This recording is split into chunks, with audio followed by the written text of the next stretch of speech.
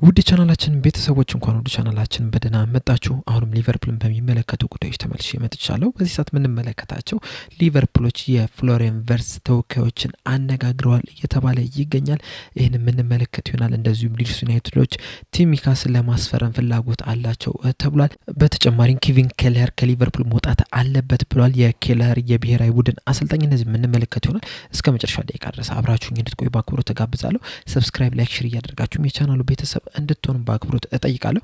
በመጀመሪያም የምንመለከተው የኬቪን ኬለርን ጉዳይ ይሆናል። እንደሚታወቀው እንግዲህ ኬቪን ኬለር አሊሰን ቤከር ምክትል በረኛ ኮነ ትንሽ ሰንበት ብሏል። በተለይ ደግሞ በዚህ ሲዝን እና ባለፈው ሲዝን ብዙ ጨዋታዎችን ከቨር ማድረግ የቻለ ተጫዋች ነው። በሁለቱም ሲዝኖች እንግዲህ ከ20 በላይ ጊዜ መጫወት ይችላል። በተለይ ደግሞ አሊሰን ቤከር በሚጎዳበት ሰዓት እንግዲህ እሱን በመተካት እየገባ በጣም ጥሩ የሚባል እንቅስቃሴን ሲያደርግ ተመልክተናል እና አሁን ላይ የሪፐብሊክ ኦፍ አየርላንድ አሰልጣኝ የሆነው ሄመር ሃልግሪምሰን ከሊቨርፑል መውጣት አለበት ብሏል። ከአይሪሽ ኤኮ ጋር ባደረገው ቆይታ እንግዲህ ሄድ ኮች እንደተናገረው ከሆነ ይህ ልጅ እንግዲህ በጣም ድንቅ የሚባል በረኛ ነው እና ሁሉ ጊዜም ደስተኛ እንዲሆን እፈልጋለሁ። ሁሉ ጊዜም ደግሞ ተከታታይ ጨዋታዎችን እንዲያደርግ እፈልጋለሁ። ስለዚህም እንግዲህ ከሊቨርፑል መውጣት አለበት። በዚህ ሰዓት እሱ ቤንች መሆን አይገባውም። በዚህ ሰዓት እሱ ለአንድ ቡድን ሄዶ በየጊዜው መጫወት መቻል አለበት ብሏል። ይህ ነገር እንግዲህ በሁሉም ዘንድ የምንስማማበት ነገር ነው።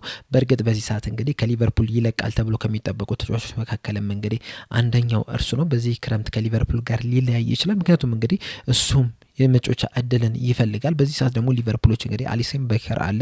በተጨማሪም ደግሞ አዲስ ያስፈረሙት ማማርዳሽቪሊ በክረምቱ ሊቨርፑልን የሚቀላቀል ይሆናል። ስለዚህ ሊቨርፑሎች በበረኛ ደረጃ ይቸገራሉ ተብሎ አይጠበቅም። ይህም ነገር እንግዲህ ለኬለር አዲስ እድልን ይዞለት የሚመጣ ይሆናል። ይህም ማለት እንግዲህ ለሌላ ክለብ ሄዶ ለመጫወት ክፍት ይሆንለታል ማለት ነው። ከዚህ በፊትም እንግዲህ ከሱ ጋር የተለያዩ ክለቦች ስማቸው ሲያያዝ ነበር። ቼልሲም ስሙ ሲያያዝ ነበር። በርንሞዝ እና ቼልሲ በተለይ ከነዚህ ጋር ስሙ ሲያያዝ ነበርና ወደ እነዚህ ክለቦች የሚሄድ አቅም አለው። በዚህ ሰዓት ቋሚ ሆኖ የመጫወት አቅም ስላለው እንግዲህ ከሊቨርፑል ይለቃል ተብሎ ነው የሚጠበቀው። ይህንንም ነገር ነው እንግዲህ ሄድ ኮቹም እየተናገረ የሚገኙና ወዴት ያመራል የሚለው ነገር እንግዲህ እስካሁን ድረስ የተፈታ ነገር አይደለም። ነገር ግን በዚህ የክረምት የዝውውር መስኮት እንግዲህ ከሊቨርፑል ይለቃል ተብሎ ነው የሚጠበቀው። ሌላኛው የምንመለከተው ደግሞ ኦማር ማርሙሽ የሰጠውን አስተያየት ይሆናል። በተለይ ደግሞ በመሐመድ ሳላህ የባላንዶር ሐሳብ ላይ ነበር አስተያየት የሰጠው። እሱም በሰጠው አስተያየት ምንድነው ያለው? እስካሁን ድረስ እድል አለው ይሄንን ባላንዶር ለማሸነፍ ብሏል። ዘንድሮ እንግዲህ በጣም ድንቅ የሚባልን ጊዜን እያሳለፈ ነው የሚገኘውና በዚህም ይሄ ሽልማት ይገባዋል። በተጨማሪም ደግሞ የሀገሬ ልጅ ነውና የሀገሬ ልጅ በእንደዚህ አይነት መልኩ ሲነሳ ማየት በጣም የሚያስደስት ነው። ስኬታማ ሲሆን ማየት በጣም የሚያስደስት ነው። ዘንድሮም በጣም ድንቅ የሚባል እንቅስቃሴ ማድረግ ይችላል እና እነዚህ ባላንዶርን ያሸንፋሉ ከሚባሉ ተጫዋቾች መካከለም አንዱ መሆን መቻል አለበት ብሏል። በርግጥ እነ ራፊና ጥሩ የሚባል ጊዜን ያሳለፉ ነው የሚገኙት። ምናልባትም እንግዲህ በሻምፒዮንስ ሊጉም የተሻለ ቦታ ድረስ መሄድ ችለዋል። እነ ዴምቤሌም ጥሩ እየተንቀሳቀሱ ነው ያሉትና ከነዚህ ጋር እኩል መሐመድ ሳላህ ስም መነሳት መቻል አለበት።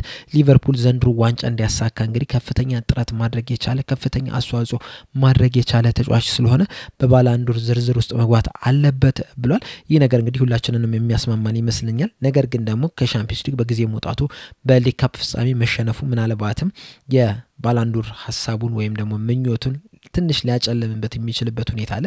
በተለይ ደግሞ ፒኤስጂዎች ዋንጫውን የሚበሉት ከሆነ ዴምቤሌ ባላንዶርን የማሸነፍ ቻንሱ በጣም የሰፋ ነው የሚሆነው እና የሌሎች ብቃትም ታይቶ እንግዲህ የመሐመድ ሳላህ እድል ሰፊ ነው አይደለም የሚለው ነገር እንግዲህ ማወቅ የምንችል ይመስለኛል። ነገር ግን ደግሞ እስከዛሬ ድረስ ካደረገው እንቅስቃሴ እንግዲህ ዘንድሮ እሱ ባላንዶር ለማሸነፍ ከፍተኛ እድል አለው ብዬ ነው የማስበው። ለሊቨርፑል የሚሄድ ጥሩ ነገር ነው። የሊቨርፑል ተጫዋች ባላንዶር ሲያሸንፍ ማየት እንግዲህ በጣም የሚያስደስት ነገር ነው። ሌላኛው የምንመለከተው ጉዳይ ደግሞ ሲሚካስን የሚመለከተው ዘገባ ይሆናል። ሲሚካስ እንግዲህ በዚህ ክረምት የዝውውር መስኮት ሊቨርፑልን ሊለቁ ይችላሉ ከሚባሉ ተጫዋቾች መካከለም አንደኛው ተጫዋች ነውና በዚህ ሰዓትም እንግዲህ ስሙ ከሊድስ ዩናይትድ ጋር እየተያዘ ነው የሚገኘው። ሉዊስ ስቴሊ ዘ ዴይሊ ሜል ላይ እንደጻፈው ከሆነ እንግዲህ ሊድስ ዩናይትዶች ኮስታስ ሲሚካስን ለማስፈረም እያሰቡ ነው እየተባለ ይገኛል። በተለይ ደግሞ የሊድስ ዩናይትድ የግራ ክንፍ ተከላካይ የሆነው ጁኒየር ፊሪፖ ከሊድስ ዩናይትድ ይለቃል ተብሎ እንግዲህ በጣም በሰፊው እየተነሳ ነው የሚገኘው። ወደ ሪያል ቤቲስ ሊሄድ የሚችልበት ቻንስ አለ ነው እየተባለ የሚገኘውና ይህ ተጫዋች ከሊድስ ዩናይትድ የሚለቅ ከሆነ እንግዲህ እሱን ለመተካት ኮስታስ ሲሚካስን ተመራጭ አድርገውታል ነው እየተባለ የሚገኘው። ለሊድስ ዩናይትድ እንግዲህ ጥሩ ዜና የሚሆንላቸውም ደግሞ ምንድነው ሊቨርፑሎችም እዛ ቦታ ላይ ለማጠናከር ሌሎች ተጫዋቾችን እየተመለከቱ ነው የሚገኙትና ከሲሚካስና ከሮበርትሰን አንዱ ተጫዋች ከሊቨርፑል ይለቃል ተብሎ ነው የሚጠበቀው። በዚህ ሰዓት እንግዲህ በአብዛኛው ያመዘነው ኮስታስ ሲሚካስ ከሊቨርፑል ይለቃል ተብሎ ነውና ያም ነገር እንግዲህ ለሊድስ ዩናይትዶች ምናልባትም ቀላል ሊሆንላቸው ይችላል ይሄንን ተጫዋች ለማስፈረም። በተጨማሪም ደግሞ ሊቨርፑሎችም እንግዲህ ያን ያህል ውድ ያደርጉታል ተብሎ አይጠበቅም። እንደሚታወቀው እንግዲህ ኮስታስ ሲሚካስ ወደ ሊቨርፑል ሲመጣ 12 ሚሊዮን ፓውንድ ብቻ ነበር እየተከፈለበትና ምናልባትም ሊቨርፑሎች እስከ 20 ሚሊዮን ፓውንድ ባለው ድረስ ብቻ የሚያገኙ ከሆነ ይሄንን ተጫዋች ሊሸጡ የሚችሉበት ቻንስ አለ እየተባለ ነው የሚገኘው። ኮስታስ ሲሚካስ እንግዲህ በሊቨርፑል ቤት በጣም ድንቅ የሚባልን ጊዜን ማሳለፍ የቻለ ተጫዋች ነው። ለሊቨርፑል ከፈረመ ጀምሮ ራሱ በሊቨርፑል ደጋፊዎች ዘንድ በጣም የሚወደድ ተጫዋች ነው። እንደዚሁም ደግሞ በተጫዋቾቹ ዘንድም ራሱ በጣም ተወዳጅነትን ያገኘ ተጫዋች ነው። ቲም ስፒሪትን በጣም የሚያነቃቃ በቡድን ውስጥ ፈገግታን የሚፈጥር አይነት ተጫዋች ነው። ይህም ነገር እንግዲህ በተጫዋቾቹ ዘንድ እንዲወደድ አድርጎታል። ነገር ግን ደግሞ በሜዳ ላይ ያለውን ስንመለከት እንግዲህ ኮስታስ ሲሚካስ እንግዲህ ወደ ሊቨርፑል ሲመጣ ለሮበርትሰን ተተኪ ወይም ተፎካካሪ ይሆናል ተብሎ ነው የመጣው እና በጣም ብዙ ተስፋ ተጥሎበት ነበር። በተለይ ደግሞ ሮበርትሰንን ከመፎካከር አንፃር ማለት ነው። ነገር ግን ያን ያህል ደረጃ እየደረሰ አይመስለኝም። በተለይ ደግሞ የዘንድሮን ሲዝን ስንመለከተው ሮበርትሰን ትንሽ ቀዝቀዝ ብሎ የታየበት ከበፊት ብቃቱ ወርዶ የታየበት ነውና ምናልባት ሲሚካስ እንግዲህ በጣም ጠንካራ ቢሆን ኖሮ ሮበርትሰን ቤንች ማድረግ የሚችልበት አጋጣሚ ነበር። ነገር ግን እዛ ላይ መድረስ የቻለ አይመስለኝም። በርግጥ እሱ ራሱ ጉዳቶች የሚያስቸግሩት አይነት ተጫዋች ነው። በዛ ምክንያትም ሊሆን ይችላል በተፈለገው ደረጃ እንዲጫወት ያልሆነውና በዚህ የክረምት ዝውውር መስኮት እንግዲህ ይለቃል ተብሎ ነው የሚጠበቀው። ሊድስ ዩናይትድም እንግዲህ እሱን ፈላጊ ሆኖ መጥቷል። ነገር ግን ወደዛ ያመራል ወይ የሚለው ነገር እንግዲህ በጣም ትልቅ ጥያቄ ነው። ሊቨርፑል ከዚህ ተጫዋች ስንት ሊጠይቅ ይችላል የሚለው ነገር እስካሁን ድረስ የተፈታ ነገር አይደለም። ከዚህ በፊት እንደምናውቀው ደግሞ ሊቨርፑል ሸጠው ነው የሚገዙትና ምናልባትም ከዚህ ተጫዋች እንግዲህ ማክሲመም ማግኘት የሚችሉትን ያህል ይጠይቃሉ ተብሎ ነው የሚጠበቀው። ምናልባትም እንግዲህ ከሲሚካስ ከሚገኘው ገንዘብ እሱ ላይ ጨምር አድርገው ሌላ ተጫዋች እዛ ቦታ ላይ ያመጣሉ ተብሎ ነው የሚጠበቀው። በዚህ ሰዓት እንግዲህ ሊቨርፑል ከከርኬዝ ጋር ነው በጣም ስሙ እየተያዘ የሚገኘውና ከርኬዝ ደግሞ በዚህ ሰዓት እስከ 40 ሚሊዮን ፓውንድ ይጠየቅበታል ነው እየተባለ የሚገኘው። ምናልባትም እንግዲህ ሲሚካስን 20-30 የሚያገኙበት ከሆነ እዛች ላይ የሚጨምሩት በጣም ትንሽ ብር ነው የሚሆነው። ገና ደግሞ ወጣት ተጫዋችም ስለሆነ ከርኬዝ ለብዙ አመታት የሚያገለግል አይነት ተጫዋችም ስለሆነ ያን ያህል ኪሳራም አይኖርም ማለት ነውና ምናልባት እንደዚህ አይነት ስትራቴጂ ሊጠቀም የሚችልበት ቻንስ አለ። ነገር ግን ደግሞ እስካሁን ድረስ ባለው ሲሚካስ ከሊቨርፑል ይለቃል ተብሎ ነው የሚጠበቀው። በመጨረሻም የምንመለከተው ደግሞ በተለይ ደግሞ ዛሬ ላይ በጣም በብዙ ሚዲያዎች ሲዘገብ የነበረውን የፍሎሪያን ቨርትስን ጉዳይ ይሆናል። የተጫዋች እንግዲህ በዚህ ሰዓት ለባየር ሊቨርኩሰን እየተጫወተ ነው የሚገኘው። በዛም እንግዲህ ድንቅ የሚባልን ጊዜን እያሳለፈ ነው የሚገኘው። የተጫዋች በዘንድሮ ሲዝን እንኳን ባደረጋቸው ጨዋታዎች ከ44 ጨዋታዎች 16 ግብና 15 አሲስት ማስመዝገብ ችሏል። ይህ ማለት እንግዲህ 31 የጎል ኮንትሪቢዩሽን ማድረግ የቻለ ተጫዋች ነው።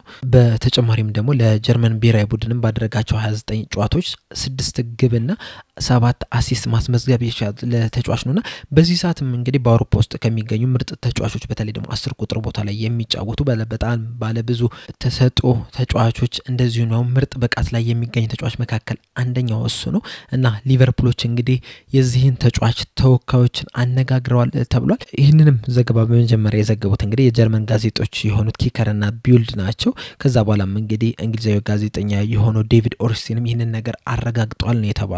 ሊቨርፑሎች የፍሎሪያን ቨርትስ ተወካዮችን አነጋግሯል። እንደ ዘገቦቹ መሰረት ከሆነ እንግዲህ ይህ ተጫዋች ከወላጆቹ ጋር ነበር ወደ እንግሊዝ የበረረው ማክሰኞ እለት።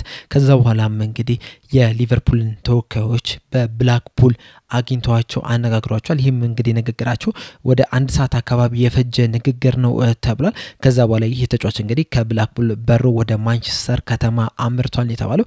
በዛም እንግዲህ ማንቸስተር ሲቲን ተወካዮች አነጋግሮ ሊሆን ይችላል ነው እየተባለ የሚገኘው። ሊቨርፑሎች ብቻ አይደሉም እንግዲህ ይህ ተጫዋች ላይ ፍላጎት ያላቸው፣ ባየር ሙኒኮችም ፍላጎት አላቸው፣ እንደዚሁ ማንቸስተር ሲቲዎችም ፍላጎት አላቸው፣ ማድሪዶችም ምናልባትም ፍላጎት አላቸው ነው እየተባለ የሚገኘው። በተለይ ደግሞ አሎንሶ ወደ ሪያል ማድሪድ ማቅናት ይህንን ተጫዋችም ይዞት ሊሄድ ይችላል ነው እየተባለ የሚገኘው። ነገር ግን የዚህ ተጫዋች ተወካዮች እንግዲህ ለእንግሊዝ ክለቦች አቅርቦታል። ከነዚህ መካከለም እንግዲህ አንደኛው ሊቨርፑል ነው። ይህንንም ነገር እንግዲህ እያጤነበት ነው እየተባለ የሚገኘው። በዚህ ሰዓት እንግዲህ ይህ ተጫዋች እስከ 126 ሚሊዮን ፓውንድ ድረስ ሊያወጣ ይችላል ነው እየተባለ የሚገኘው። በጣም ውድ የሚባል አይነት ተጫዋች ነው። በዩሮ እንኳን ከወሰድነው ወደ 150 ሚሊዮን ዩሮ ሊወጣበት ይችላል ነው እየተባለ የሚገኘውና ይህ ተጫዋች እንግዲህ ለሊቨርፑል የሚፈርም ከሆነ የሊቨርፑል የምንጊዜው ውዱ ፈራሚ ነው የሚሆነው። በዚህ ሰዓት እንግዲህ የሊቨርፑል ውዱ ፈራሚ ዳርዊን ኑኔዝ ነው። ወደ 85 ሚሊዮን ፓውንድ አካባቢ ነው የወጣበት። በርግጥ ሙሉ ለሙሉ አልተከፈለም እስካሁን ድረስ፣ ነገር ግን አብዛኛው ክፍያ የተከፈለበት ነው። ከኑኔዝ አንፃር ስንመለከተው ደግሞ የፍሎሪያን ቨርትዝ ደግሞ በጣም ውድ የሚባል ገንዘብ ነው። ነገር ግን ደግሞ ልጁ ደግሞ ያለው ብቃት ስንመለከተው በጣም የሚያስደንቅ ነው። በተለይ ደግሞ ሊቨርፑል በዚህ ሰዓት እንግዲህ 10 ቁጥር ቦታ ላይ ማግኘት ያለበትን ነገር እያገኘ አይደለም። በተለይ ከዚህ በፊት እንደምናውቃቸው በትራዲሽንም ከተመለከተ ነው እንግዲህ 10 ቁጥር ቦታ ላይ ያለ ተጫዋች ቻንሶችን ክሬት ማድረግ መቻል አለበት፣ ግቦችንም ማስቆጠር መቻል አለበት። በዚህ ሰዓት ግን የሊቨርፑል ተጫዋቾች ያን ነገር እያደረጉ አይደለምና ምናልባት ይሄንን ተጫዋች ለማምጣት የሚያሰቡበት ምክንያትም እንግዲህ ከዛ አንፃር ነው። የሱን ያለውን ነገር ስንመለከተው እንግዲህ በአሲስት ደረጃ በጨዋታ 0.37 አሲስት ያደርጋል። እንደዚሁም ደግሞ ሹት ክሬቲንግ አክሽን ደግሞ ሲሆን ደግሞ በ90 ደቂቃ 5.64 ቻንሶችን ክሬት ያደርጋል። ፓስ አቴምፕት ራሱ 64.65 ነው። ፕሮግሬሲቭ ፓስ ፐር 90 ደግሞ 6.91 ነው። ሰክሰስፉል ታኮን ፐር 90 2.58 ነውና ይሄን ስንመለከተው እንግዲህ ማጥቃቱ ላይ በጣም ድንቅ የሚባል ተጫዋች ነው። ቻንሶችን በጣም ክሬት የሚያደርግ ተጫዋች ነው። ባየር ሊቨርኩሰኖችም እንግዲህ አምና የቡንደስሊጋውን ዋንጫ ሲያሸንፉ እንግዲህ የዚህ ተጫዋች እንቅስቃሴ በጣም የሚያስደንቅ ነው የነበረውና ስትመለከቱት ራሱ ምን አይነት ብቃት ያለው ተጫዋች እንደሆነ እንግዲህ ማየት ትችላላችሁ። በጣም ምቾት የሚሰማው አይነት ተጫዋች ነው። በጣም ቀለል አድርጎ ነው ኳሶችን የሚጫወተውና ማጥቃት ላይም እንግዲህ በጣም ድንቅ የሚባል ተጫዋች ነው። ሊቨርፑሎችም እንግዲህ ይህንን ተጫዋች ለማምጣት እየሰሩ ነው የሚገኙት። በርግጥ እዚህ ላይ አንድ ትልቅ ጥያቄ የሚሆነው ምንድነው የልጁ ዋጋ ነው። እስከ 128 ሚሊዮን ፓውንድ ድረስ ሊቨርፑል ለዚህ ተጫዋች ያወጣሉ የሚለው ነገር በጣም ትልቅ ጥያቄ ነው።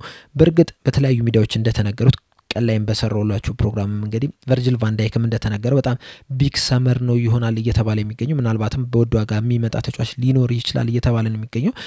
ግን ሊቨርፑሎች በዚህ ሰዓት እንግዲህ ቅድሚያ ትኩረት የሚሰጡት የ9 ቁጥር ቦታና የግራ ክንፍ ተከላካይ ቦታ ነው። ከዛ በኋላ ነው ሌሎች ቦታዎችን የሚያጠናክሩትና ለዚህ ተጫዋች ለ10 ቁጥር ተጫዋች በጣም የሚፈልግ ተጫዋች ነው። በጣም አስፈላጊ ተጫዋች ነው። በጣም ጎበዝ ተጫዋች ነው። ነገር ግን ደግሞ ለዚህ ተጫዋች 100 ምናምን ሚሊዮን ፓውንድ ወጥቶ ከዛ በኋላ አጥቂውስ እንዴት ነው የሚሆነው? ማን ሊመጣ ነው? በእርግጠኝነት መናገር የምንችለው ለዚህ ተጫዋች 100 ምናምን ሚሊዮን ፓውንድ ካወጡ በኋላ ምናልባትም አጥቂ ቦታ ላይ ያን ያህል ውድ ያልሆነ ተጫዋች ሊመጣ የሚችልበት ቻንስ አለ ብዬ ነው የማስበው። በዚህ ሰዓት እንግዲህ ከተለያዩ ተጫዋቾች ጋር ስሙ ተያይዟል ሊቨርፑል በተለይ ከአጥቂዎች ጋር በተለይ ደግሞ ከነ ኢሳቅ ከነ አልቫሬዝ ጋር ስሙ ተያይዟል። እነዚህ ሁለት ተጫዋቾች ደግሞ ከ100 ሚሊዮን ፓውንድ በላይ የሚያወጡ ተጫዋቾች ናቸውና ለፍሎሪያን ቨርትዝ 126 አውጥቶ ከዛ በኋላ ለአጥቂዎቹ ከ100 ሚሊዮን ፓውንድ በላይ ያወጣሉ የሚለው ነገር በጣም ትልቅ ጥያቄ ነው የሚሆነብኝ። ምናልባት ለአንድ ቦታ በጣም ትልቅ ብር አውጥቶ ከዛ በኋላ ለሌሎቹ ቦታዎች ደግሞ ትንንሽ ብሮችን ብቻ ሊያወጡ የሚችሉበት ቻንስ አለ ብዬ ነው የማስበው። አሁን ለምሳሌ ለዚህ ተጫዋች 120 ካወጡ ከዛ አጥቂ ቦታ ላይ እነ ዴላፕ ሊያመጡ ይችላሉ ወይም ደግሞ በነፃ የሚያገኙአቸው ተጫዋቾች ሊያመጡ የሚችሉበት ቻንስ አለ። አሁን ዴላፕ እንግዲህ እስከ 30 ሚሊዮን ፓውንድ ድረስ ነው ያወጣል ተብሎ ነው የሚጠበቀውና ምናልባት እንደዛ አድርገው ሊያካከሱ የሚችሉበት ቻንስ ሊኖር ይችላል። ነገር ግን አንድ ትልቅ ፈራሚ አለ። ሊቨርፑሎችም እንግዲህ በዚህ ሰዓት ላይ ከዚህ ተጫዋች ጋር ስማቸው ተያይዟል። በጣም የሚያስደንቅ ተጫዋች ነው። በሊቨርፑል መጥቶ ብናየው በጣም ደስ የሚለኝ ተጫዋች ነው። ከሳውዝ ላይ በጣም ለየት ያለ ፕሮፋይል ያለው ተጫዋች ነው። እንደ ሳውዝ ላይ ጠንካራ የምንለው አይደለም፣ ፈጣን የምንለው አይደለም፣ ግን ብልህ ነው። በጣም ማጥቃት ላይ ብዙ ነገሮችን መስጠት የሚችል ተጫዋች ነውና በዛ ምክንያት ምናልባት ሊቨርፑሎች ይህንን ተጫዋች ለማምጣት ሊፈልጉ ይችላሉ። ነገር ግን ደግሞ የብሩ ውድነት ትልቅ ጥያቄ ሊፈጥር ይችላል ብዬ ነው የማስበው። የናንተ ሐሳብ እንዴት ነው? ይሄን ተጫዋች ወደ ሊቨርፑል ይመጣል ብላችሁ ታስባላችሁ? ሊቨርፑሎች ንግግር አድርጓል። ነገር ግን እነዚህ ንግግሮች ነገሮችን ለማጥራት የተደረጉ ንግግሮች ናቸው እንጂ ድርድሮች አይደሉም።